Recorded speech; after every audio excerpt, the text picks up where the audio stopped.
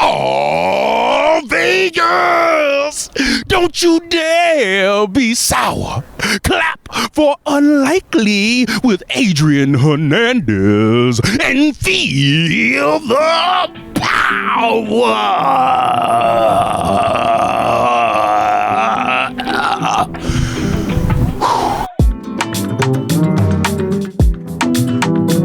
Hey, it's the Bet Las Vegas and Odyssey Sports in Las Vegas. Do me a favor. Smell the air. You can feel it in the air. We are getting closer and closer to WrestleMania 39. Of course, happening next door in Los Angeles. And joining us right now is a Trailblazers with so many accolades. We'll name a few. WWE Hall of Famer, current WWE Women's Tag Team Champion. Lita joins us. She will also be a part of A&E's WWE Rivals this Sunday night as they focus on the legendary Lita and Trish rivalry. And Lita, I know you're on your press run, so thank you so much for the time. And as we start off, you've had a pretty interesting week that involves a championship and now a WrestleMania match. So I have to ask you, 4 or 5 months ago, did you even think this would be possible? Was not on my radar in the most remote possibility. And that is exactly when opportunities come like this. And yet somehow I have yet to just stay in the ring and training constantly because I guess, yeah, if you don't think about it, it will happen. If you stay prepared, that's a way to not get the call. So hey, if you're ready, you don't have to get ready. You know what I'm saying? And look, I do want to focus on your iconic rivalry with Trish Stratus because it's so important to wrestling and of course women's wrestling and of course perfect timing, International Women's History Day. But if I could get super specific with you, of course you guys were the first women to headline a Monday Night Raw. You guys closed it out. Can you just talk me through at the end of the match, at the end of the show, walking through the curtain backstage and how that was everybody clapping? Did you have conversations with anyone? What were your emotions walking backstage after the match? You actually just brought me back to that moment. I hadn't really thought about it in a while and I kind of got a little choked up about it. So first of all day I kept going, they're going to change it. They're going to change it. They're saying we're in the main event, but they're going to change it. So don't get too excited. Being able to go out there, I was just so glad, it didn't change. We get to go out there. I felt when we closed the show, I was like, I think we did okay. And then I go through the curtain and there's my locker room, my friends, my coworkers, our producers, and clapping for us. And it's it was just such a, and that's honestly that part of it is one of the huge reasons that match means so much to me. It's not for just what we did out in the ring, but it was the fact that the office trusted us to have that spot. The fact that our coworkers acknowledged that we deserved that spot. That's the part that I felt good before, but it's where you're I'm a wrestler. I'm not playing wrestling. I'm not doing moves. I'm working. I'm in the club. I do feel it was that moment where I'm these are my people. Yeah, and the respect of everyone else. And of course, we're still talking about it today. It was almost 20 years ago. And if I could ask you, obviously there's a lot of dynamics into this rivalry and what made it so great. But when you talk about the chemistry between you two, and obviously you guys still have a good friendship to this day, what's the one thing you could point to that kind of created the magic? I think it is, which we figured this out on day one. We had the same goal. We both got in pretty quickly in our journey once setting our sights on wanting to be in the WWE, knowing how rich the talent was there. And we both knew we were in the stages that we were hired. We had potential, but we were still really green. And we knew that we want to be the best we can possibly be and fast track ourselves to be up to the level of talent that is here. So we had that in common, yet we came from very different places. We looked very different. So we were became the perfect complements to each other, being that yin and yang, but with the same goal. So we wanted to get to the same place with different visions, and it really just made for the perfect story. No, honestly, and if I could really quick, what's the one thing that fans would be surprised about Trish that they wouldn't know, just whether behind the scenes or in their friendship? Like, what's the one thing you would say? I think they would be surprised. Let's see. God, I don't know. We really are. It's funny. So I'm very much, maybe they would be surprised about this. One of the reasons, because you look at us and we wouldn't necessarily think we'd be as tight because we are very different. Yeah, in the cafeteria, I don't picture you guys in the same table eating lunch. I wouldn't say that. Right. But the funny thing is a lot of times when I say, oh, I like this or I do this, she always says, oh, Ron does that, like her husband. So it's always, and her and her husband are very yin and yang, and it's almost like I'm her surrogate partner right there. And the fact that I'm different, it complements each other. And so I think it's like, so I'm also close with her husband, right? And so it's like, because we are more similar. And so I think it's just, the energy just works really well. And it's one of those things, like when you see it together, you get it. You're like, oh, now I get why they're so tight. But if you just were looking at us individually, you wouldn't think that we would gel the way we do. And, one of the things I love about this job is with so many people that we get to talk to are trailblazers like yourself. But when you really think about it, you said it when I asked you about Trish and that main event match of how you two guys just wanted to be wrestlers. You wanted to prove yourselves and you love this. And when you're on that path of making that happen, you don't realize that you are a trailblazer and everything that comes with that and the admiration and now the legendary status and becoming a Hall of Famer. I'm just wondering, and I'm curious, are you used to now, like people coming up to you, whether it's in the locker room or just fans, like some of the appreciation and nice things that they say, they're like, hey, I'm a wrestler because I saw you do all these things and it let me know that I could do it too. Yeah. So it's interesting. I don't feel like I even took a moment to reflect on my career until I was inducted in the Hall of Fame, because I was so inundated with getting to the next town, crossing the next thing off the list when I was active. And then when I retired, I needed to take a break from wrestling. I needed to completely put it out of my mind. So I wasn't thinking about my career either. And then when I was inducted into the Hall of Fame, I remember putting out a post saying, what were your favorite moments from my career, as I'm thinking about and there are all of these moments that I was like, oh, I forgot about that.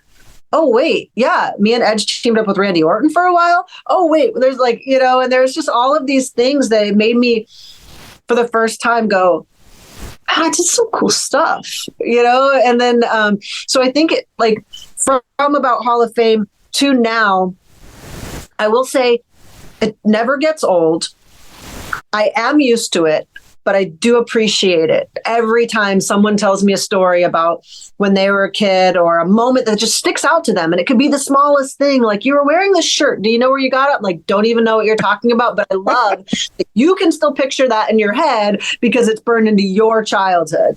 I do have to say, Lita, when the actual physical WWE Hall of Fame is built on your bust, it needs to say, Lita, I did some cool stuff in my career. And before we get into a speed round, my last big question for you is, after you've retired, we've gone through this women's revolution, which has included the Evolution pay-per-view, which we need another one, the women's Royal Rumbles, the main eventing of WrestleManias, Hell in a Cell matches. I'm curious, as you've seen all these women, take these steps, has there been a moment in particular that you've watched and you're at home just kind of in awe and, kind of emotional?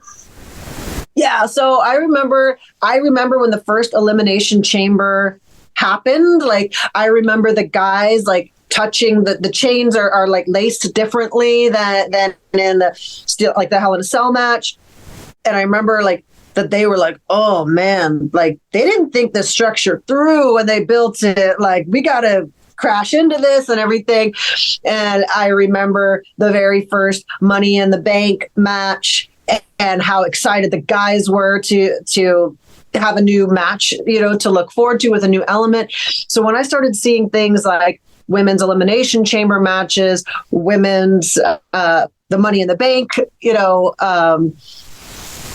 those are things that I'm like, I won't say jealous, but like, wow, like it does make me be like, hey, I want to do that. But also, I get extra stoked on those nights, watching them get to, even still, like, I know we've had multiple Money in the Bank matches for the women and Elimination Chambers, but I really appreciate them more because we felt we had to quietly look from the sidelines, and we would have been laughed out of the building if we had suggested that, well, like, what if we had one of those next year, you know? Yeah, and look, before we close this out and get into our speed round, let me get the plugs in real quick. This Sunday, WWE on A&E, WWE Rivals, focusing on Trish Stratus and Lita. WrestleMania, of course, April 1st and 2nd in Los Angeles. And also, we get the second to last SmackDown here in Las Vegas. That is going to be March 24th. Go get your tickets, MGM Grand Garden Arena. Lita, are you prepared to enter the speed round? Let's go. It's not as daunting as an Elimination Chamber, I promise you. Okay. Since it is International Women's Day, which woman is the most badass in the history of the WWE, in your opinion? China. There it is. Words of advice that you would give women trying to break into the business. Be yourself. Craziest place you've wrestled? Oh, man. Craziest place I've wrestled. Saudi Arabia? That was pretty damn crazy. Fair enough. Have you ever been starstruck? Yes. 3 times. Are you ready for it? Let's do it. So there was a woman in a punk band called the Luna Chicks. I met her and just started crying when I tried to talk to her and tell her how cool I thought she was. Weird Al Yankovic. Big Legend. fan. Big fan. I just kind of was like, I just couldn't really talk to him too much. There was like a mild one. Paul Rubens, lost my mind. Like, I didn't think I had the thing that made you starstruck until I met him. And I was like mortified. And I like had fans meet me. They're like, oh my God, I'm sorry, I feel weird. And I was just like, all right, whatever, you weirdo. And then after that happened, I'm like, now I'm like so empathetic. I'm like, don't worry, I get it. I turned into 12-year-old me. I met Paul Rubens. Like, don't worry, I hear you.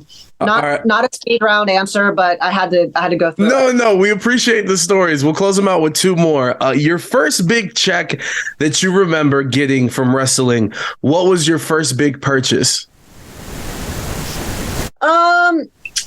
I'm so frugal, like, but I would say actually maybe like a pinball machine. I bought an Addams Family pinball machine. Okay, that is lit. That is dope. And then my last question. My son is 4.5 years old. Sire, I love you. When you're watching this, just realize I'm talking to you. I'm talking about you to a legend right now, but he hasn't been to a WWE event yet. Of course, I just said it. MGM Grand Garden Arena, March 24th, SmackDown on Fox. Is it time to bring my son into the WWE universe officially? All right, so here's what I would say. It's a little more of a legit answer than you might be prepared for. Yes, but just know you might have to go home 30 minutes into the show because Sire is overstimulated and maybe not quite like down. And if you're ready to do that, cool. Maybe you guys can have a little bit of a bonding moment. You don't know. It could go the other way. But there is a lot of action that could be pretty polarizing. I've seen kids just get overwhelmed because they're just like losing their mind. Thank you for the parenting advice. The WrestleMania sign will be in the building too. We'll test it out and see what happens. But Lita, I can't thank you enough for everything that you put into this. You might just have to turn that car around when you're like, all right, one more thing. You're like, damn it, we're not going to the beach now. So I do have Bluey on my phone, so I could just put that on real quick and then it'll be chilling Hand it out. Over. Yeah. Put a blanket over his head. Be like, you're just over here. I'll be cheering for my girl. There it is. Lita, thank you so much for the time and everything that you put into the business and making me such a big fan. I appreciate it, Lita. Thank you. Cool. Thanks for your time. Have a good one. See you in Vegas. You got it. Thanks, Adrian. All right. Take care, guys. Bye. there's no better way to send all of us into SummerSlam in Cleveland, where we'll be doing the show this weekend too, by the way, than talking to an absolute legend, a 7-time WWE Women's Champion and a WWE Hall of Famer, and the subject of this Sunday's WWE Legends on A&E, airing at 5 p.m. Pacific here locally in Vegas. I am talking about the one, the only Trish Stratus. How are you, love? I am great. Thank you. Thank you for that lovely introduction, Adrian. Oh, it's well deserved. And look, as we start, and as we start this interview off the ground, I just want to clarify, this is a hot take that I've had that I haven't said out loud yet. But now that you're here, I feel more comfortable and I feel like you can back me up. You know what I'm saying? So, okay, let's go for this. What is this? Can we clarify that The Rock got the playbook to return as the final boss and get some feelings off of his chest as a legend returning? He got that from you, right? I mean, obviously, right? He watched what I did and was like, well, I want to do that too, right? And then, went ahead and did it. No, it was a beautiful thing seeing both of you guys doing what you did. And we'll get into all of that. And of course, I think one of the favorite things that I love about these projects that A&E does is that they do it fantastically. It doesn't matter how big of a fan you are. If you watch it, you're going to find a gem or something you didn't know. But right. For you, as being the subject of this, it kind of forces you to look back on your career and everything in the entire journey. For you in this process, what was the favorite part of making this? Well, we went way deeper than I've ever gone. So that's for sure. And I think it's funny because the Trish Stratus fans know there's been, ever since my home video came out in, I don't know, was it 2004, 3 or 4 or something? Ever since it came out, or maybe it was before that, because ever since it came out, people were like, okay, where's part 2? Because it was sort of like it just touched on me like, ta-da, here's Trish Stratus. But then I had like the whole heel run and I had the whole end of my career, and the retire. So we never went back to it. And people still to this day, like when they come with this, sometimes VHS, okay, my friend, and they're like, oh man, we always waited for part 2. And it's really funny. So here's the long awaited part 2. And this thing is so robust and goes so far deep. It's I love it. I'm really happy with it. Watching it back, it's always nerve-wracking because you're like, eek, I want to make sure the story's told right. And it was, as you mentioned, A&E does a fantastic job. But, you watch and you see your friends and your colleagues talk about you and talk about, you at work and how they influenced you in your career and as a friend. And as a person, and that's what's neat is you don't actually get those tidbits or those sound bites nowadays. Like, I was thinking how back in the day, I feel like the fans really, really knew Trish Stratus because we had, the home videos, we had these, Confidential, that show that we was on, we had magazines and we had these outlets or even the Divas videos, we had these outlets where people really could take we knew the performer, sure. But, luckily for us, I wasn't only this, BITCH, like, or whatever stage of performer I was at that point, but you could actually have a little peek at like the person behind the performer with these things. And so this is nice to go back now and really get a peek behind the performer because I've had these new fans who have weren't even alive back in the day, and so now they get to really see a chance to get to know me, but also just my fans who've been following me for so long. It's going to go a little bit deeper than you've ever seen. And I love it. I'm really happy with the way they did it. And it's really fun to watch and to look back on the career as a whole. And then really appreciate also the opportunities and the interactions and the paths that I've been able to take. And you mentioned the newer fans who might not know of your previous career. They might not also know about WWE Home Video. Shout out to it. RIP. For those that collected the VHS and the DVDs, they'd stack them up because there'd be a picture. So they'd make you buy every pay-per-view. Genius marketing. But amazing. For me getting to interview you and some of the legends that we've had on, like, I love this because now it gives me an excuse to go throughout your career and pick out these special moments and things that I've always wanted to ask you. And I apologize if it's been asked a lot or not.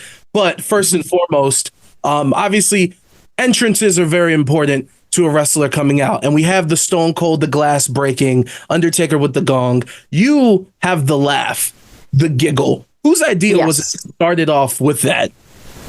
Well, I definitely said I want something like like Undertaker's. I want something that grabs you first. You're like, oh, it's coming. She's coming. She's coming.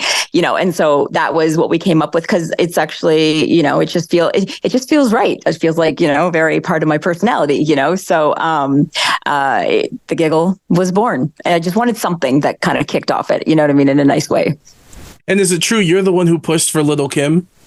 Yeah. I literally, listen, I suggested her, never thinking we'd get her. Like, I was like, I don't know. Bucket list, let's go for Lil Kim. I did not think we'd actually get Lil Kim. So yeah, we got Lil Kim. I was like, what? Like, it was pretty, this is like, you think about Attitude Era stuff, right? Like, look at the stuff we got, like, back in the day, you know what I mean? So that was a super, back before there was collabs, that was a hell of a collab. So pretty cool. I got her, and we've, we've met a couple times and we've spoken about it. And so we have that little connection, which is always cool as well. Are you like a hip hop head? Is hip hop in the playlist back then or now? Well, for sure back then, because like that hip hop was like my playlist for working out was like, now I'm like kind of more yogic and breathing. And like, I'm like, oh, sometimes I don't even listen to music when I work out. I literally just work out through my breath work, which is so exciting. But back in the day, it was like, it was either, like AC/DC or it was, hip hop, you know what I mean? Kind of thing. So it was definitely part of my playlist back then. But I felt like that was the vibe of me and who I was at that point. And like, that was the energy that I wanted to bring when I was coming out. So yeah, so that was my suggestion. I'm like, I don't know, Lil Kim. Oh, you got her. Cool. Let's do it. And I'm going to be mature because I know you're from Toronto. I'm not going to bring up Drake. We're just going to move on. Because people are like, why didn't you ask about that? He took his L. Everyone loses in life. You got to bounce back. It happens. So throughout your career, right? Obviously, you've gotten the chance to go up against a lot of people. A lot of hard hitters. Like you have China, Jazz, Jacqueline, Victoria. Who was like the stiffest person in the ring, or like the one that ooh, my body's not going to feel that great the day after? Oh, that's 100% Jacqueline Moore, and she knows it. We spoke about it before. I'm like, girl, like she knows. But I know, and it was like, I was like, is this like tough love thing? Because she was so nice, so cool. And like, and because I was brand new, right? Like I was super green, and we were on, house shows together. And I remember always saying to her, like, I just don't want you to have a crappy match because I suck. You know what I mean? So it made me work super hard. And then I'd be like, and then I come back and I was like, oh my God, like, she punched my face. I'm like, I was kind of that hurt, but I was like, wait, is this receipt? Is this tough love? Is this like, oh, welcome to the business, kid? But that's just how Jackie works. And she's amazing. But I learned so much from her. And I also felt like just because I was being put on in the ring with her and on the tour with her, I was like, I need to step it up because I can't make this woman look like crap in the ring. So, shout out to her. She, whooped my ass in a very good way. I love that you're like, just be mean to me off camera then too. If you're going to do this in the ring, this doesn't make any sense. Mind games emotionally, I don't understand. That's part of me, like, that's me as a newbie trying to figure it out. I was like, okay, wait, like these are the scenarios, I had to figure that stuff out, but it was good. This is healthy learning processes, right? Yeah. And I like how even with that question and your answer, you were bringing up like, yo, I know my limitations right now, and I'm not trying to mess it up for you. And one thing that I admire, getting to the point that you got to was incredible, right? But also in you coming back in these moments that you've had after you got inducted into the Hall of Fame, like whether it's interviews, and I see that you proudly wear the Hall of Fame ring, and you've talked about, I'm coming back for a purpose. I'm not just doing it to do it. It's not going to be no battle royal, no this, no that. Like there has to be a purpose. And then the stories that you've told, the rivalries, the things that you did with Becky, like it was like, it's very inspiring to know how much you care about that presentation. And obviously you came in as an outsider, right? So I guess my question, sorry to be long winded, is why did you and why do you care so much? Where does that passion come from? It's just something that I've applied, like, no matter what, like every facet of my life, it's driven by this, like a desire to challenge myself, to, apply the passion that I have. Like, initially I was pre-med but like, when I say this to people, I'm like, I was studying to become a doctor. But like, when I tell you my childhood, like I loved everything. Like I worked at medical related fields. I volunteered at the hospital. I, was around my uncle who was a doctor, like, so everything I I do, I invest in like heavily. And so it's the same thing with wrestling. I mean, and it's funny because you said you come in from the outside and you seem very well versed in me. And I love that. And it's like, I was completely an outsider. However, what I did have was like, I came in as a true fan, right? Like watching it since I was a kid, coming in, knowing in my mind, like, I've done like a ton of body slams, like, okay, I'm like, my aunt's bed, that kind of thing, right? But it's like, I knew how to wrestle before I could wrestle kind of thing, or I thought I did. And maybe that's why I picked it up or whatever. But I did know that I also feel like there's a little bit of, proving myself in a lot of the fields I went into, whether it was a female, and back in the day, even just being a female in the math, calculus club, whatever it is, like there wasn't as many females in these clubs or in this. I was a biology kinesiology student. There wasn't as many females, even in like fitness world, it was a male dominated industry. We went in and infiltrated it with the fitness modeling was a new industry and we infiltrated it, but you had to prove that like we deserve some pages as well because we train as hard and we put the hours in and we dedicate, to our craft. And then of course, again, coming to the boys club, like we are asking for a portion of the show, but we need to deliver. Do we deserve it? Can we deliver? And can we hold the attention of fans? And can we, do what this product is? It's not just about, of course, there's stuff that some women did and what they expected from us at one point. But if we were to show them that like we deserve this segment of the show or this amount allotted to us, we had to prove ourselves, And so I just feel like me having to always prove myself like to this day, right? Even like me going into acting afterwards, like, showing that I deserve to be on set. I wanted to do the due diligence, which is study like crazy, study my craft, go and prepared. And as you might know, but preparedness meets opportunity is my kind of motto in life. So that's kind of what it is. And so even coming back, believe me, it wasn't about, let me just, this is on a whim, let's go do this thing. Before I even agreed, I was like, I got in the ring, I did my work, I made sure I could deliver. I'm not going to go back and give you 60%. I want to, as long as I can give you 100%, then let's go. You know what I mean? And you never know until you really get in the ring. But the training I did and everything leading up to it, and then looking into like, what will this storyline look like? I've been always been very storyline driven and like thinking it's important for the characters. And that's, if you look back at my career, much of my things that you remember, the rivalries are because of that cool, like, Jazz and I had a story, Mickey and I had a story, Lita and I had a story that lasted 6 years, Jericho and I had a story, so a lot of my rivalry, so to speak, are storyline driven. So coming back, I was like, what is the story with Becky and I? What could we tell? What could be the, like, this versus this? What is the thing? You know what I mean? So, but I've always liked to craft and sort of produce these moments and something for people to remember, go back and remember it because of the stuff that was driven by stories and character driven things. Again, super inspiring. And thank you for that answer. And mine was longer winded than your question. So, we're competing with each other. No, I love it. This one will be a quick one. And you mentioned Mickie James. Whose idea was it, the Royal Rumble in 2020, I believe, to have that face off in the ring with you two, paying homage to the history? Well, the cool thing is, here's the story. It was 2018, by the way. But there was zero Trish Stratus, Mickie James interaction. So there was the match, and it's roughly laid out. You'll see, people there sign their numbers. So Trish Stratus and Mickie James were not going to have any interaction whatsoever. And we were like, whoa, we can't.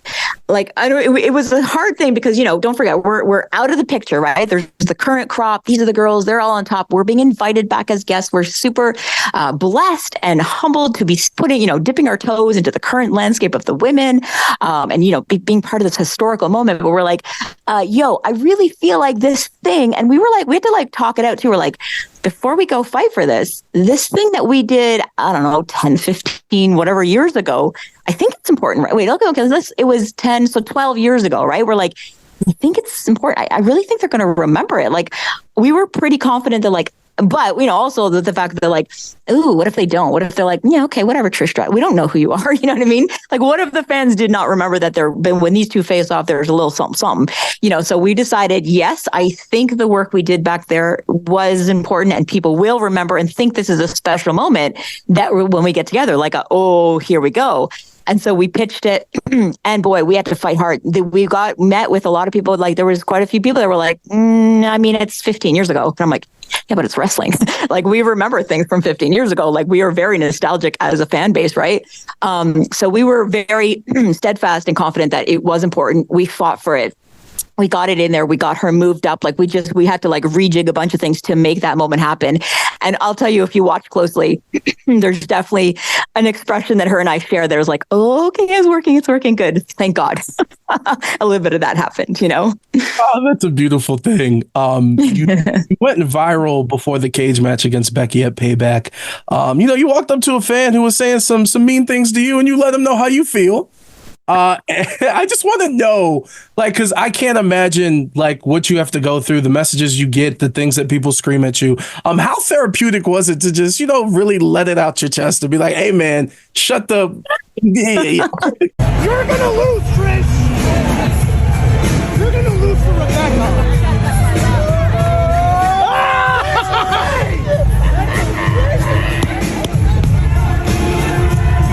Adrian, I honestly was, it was like an outer body experience. I was not me, I was Trish Stratus, and she was about to, beat some ass in a cage match. And that's who came to the ring. Because afterwards, like my team was like, they're like, oh, that moment with the fan is going viral. And like, oh, what moment? And they're like, before you went in, when you talked to that fan, I was like, I don't have zero recollection of that. First of all, I was concussed after, I don't know if anybody knows that, but I was concussed after that cage match. So I didn't remember anything anyway. But later on, I was like, what did I say? And then I watched back, I was like, oh my, like, honestly, like, if you know me, it's kind of like, oh, I mean, I'm sassy for sure, but I was like, oh, I did I do that? I'm very camera aware. I'm very, PC about things. You know what I mean? So yeah, I was like full 100% into character. And I was like, that is, Trish Stratus was like, yeah, that is what she said, because she was about to show everyone what's up, So yeah, that was a real character moment. And I was like, I don't know if I was like method acting, but I was in. The kids call it cinema. And I know we have to wrap up. So I got two more questions to ask you. But before then, just a reminder, Trish Stratus, the focus of this Sunday's A&E WWE Legends. It'll air 5 p.m. Pacific here in Las Vegas. It'll close out SummerSlam weekend in my hometown of Cleveland. But before we get you out of here, I want to ask, a lot's been made about the women's revolution, the evolution, and the barriers that are being broken. To me, it's been fascinating outside of the ring. When you hear about the deals that Charlotte signed and Becky signed and Mercedes Moné, or Becky with the rumors and the contract and how big it's going to be, Naomi Mercedes kind of being like, hey, I don't like this. This isn't for me, so I'm going to leave. And Naomi specifically leave, prove herself, do it on her own, and return back, get the respect, get the love from the fans too. It's been a really cool thing to see outside of course, the main events and all these different things too in the ring. For you, yeah. How have you took to see all this and just everything that's happening? I mean, gosh, it's we finally got that movement that we wanted, right? We saw the needle move, so to speak, on like where we wanted women to go. And, I can tell you in like 2003, maybe, when we were like, oh, okay. It was, it was a real, I think it was autograph signings. It would be always guys, especially from my fitness days to the WWE days. Then I started seeing more females, and then I started seeing more little girls. And I saw, like, you could literally see a difference in the fan base. You could see the rise in demographic of the females attending shows. It was a real thing, a tangible thing that we started to be like, oh man, we are making a bit of a difference. And that's when I made a difference, or when I said to myself, I want to change the preconceived notion of what a female can do in this business. And I decided because I saw it happening and I thought we can.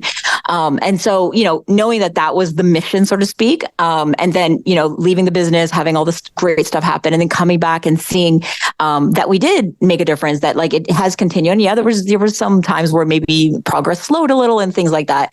But yeah, I think it's great. We worked so hard. It's crazy it's taken so long. But there's still work to be done and places to go still, like we're definitely not equals to the men, in a number of ways. And so, I mean, I think the work is still there, but I mean, it's fine. We are constantly proving ourselves. And that's what kind of like, I think women in society have had to do. And so we're okay with that. We're okay with putting in the work. And at the end of the day going, yeah, see, we earned that, and so, yeah, it's a really great place.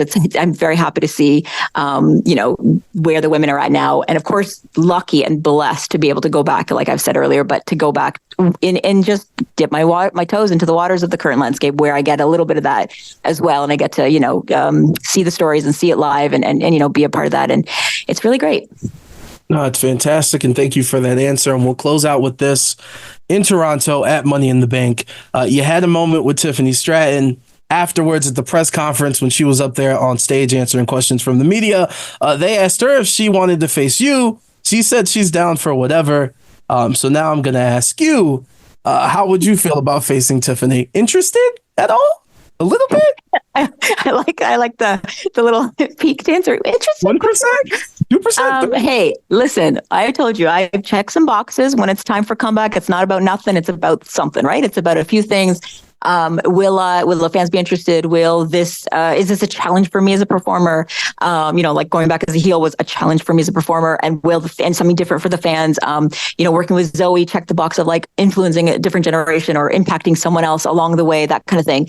And so yeah, I mean, as I'm saying these out loud, is it checking those boxes? There's a few boxes being checked, and again, like I said, if I can go back, not 100%, I will, and I'd consider it, but I don't know. She keeps running her mouth. I mean, maybe you got to put some people in their place. What can I say? Right? I guess we'll have to see. In wrestling, the story never ends, ladies and gentlemen. Don't believe what Cody said. The story's not over. All right. It's not done. But this Sunday on A&E, 5 p.m. Pacific here in Las Vegas, A&E's WWE Legends, the focus, this Hall of Famer who gave us a lot of time, and we appreciate it, Trish Stratus. I hope my hometown of Cleveland treats you well at WrestleCon, and hopefully I get to meet you there, love. Thank you for the time. Oh, that's amazing. Please do come and say hi. It was great chatting with you. Thank you. Thanks, Adrian.